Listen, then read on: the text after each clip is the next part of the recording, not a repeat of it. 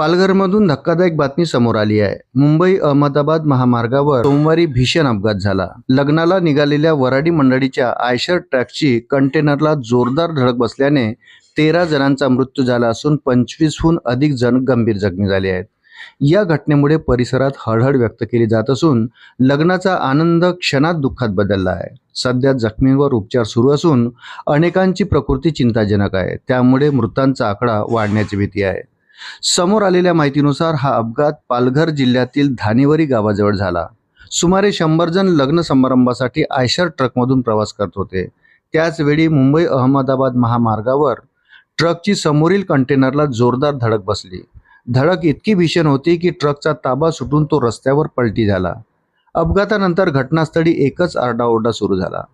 या भीषण अपघातानंतर अनेक जण वाहनाखाली आणि ट्रकमध्ये अडकले होते। परिसरातील ग्रामस्थांनी घटनास्थळी धाव घेत बचाव कार्य सुरू केले। स्थानिकांनी पोलीस आणि रुग्णवाहिकांना माहिती दिल्यानंतर प्रशासनाची पथके घटनास्थळी पोहोचली आणि जखमींना बाहेर काढून रुग्णालयात दाखल करण्यात आले। सर्व जखमी कासा उपजिल्हा रुग्णालयात उपचार घेत आहेत।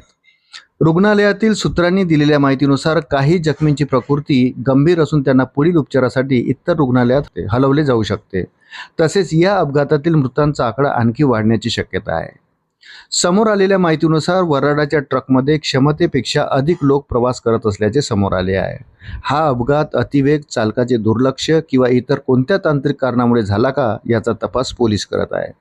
मृतांचे मृतदेह शवविच्छेदनासाठी पाठवण्यात आले असून पोलिसांनी गुन्हा दाखल करून तपास सुरू केला आहे।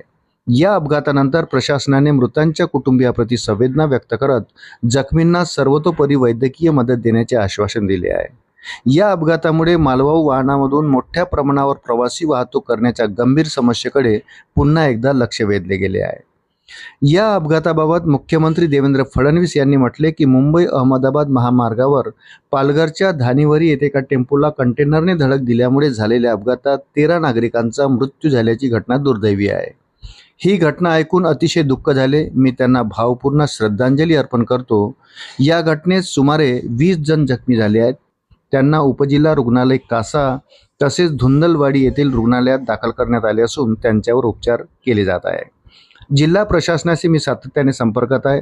पोलीस अधीक्षक हे स्वतः घटनास्थळी होते। तेथील बचाव कार्य पूर्ण झाले आहे। जखमींच्या प्रकृतीत लवकरच सुधारणा व्हावी अशी मी ईश्वरचरणी प्रार्थना करतो। या घटनेतील मृतांच्या वारसांना 5 लाख रुपये आर्थिक मदत राज्य सरकारतर्फे देण्यात येईल। अशाच नवनवीन अपडेटसाठी व्हिडिओला लाईक आणि चॅनलला सबस्क्राईब जरूर करा। धन्यवाद।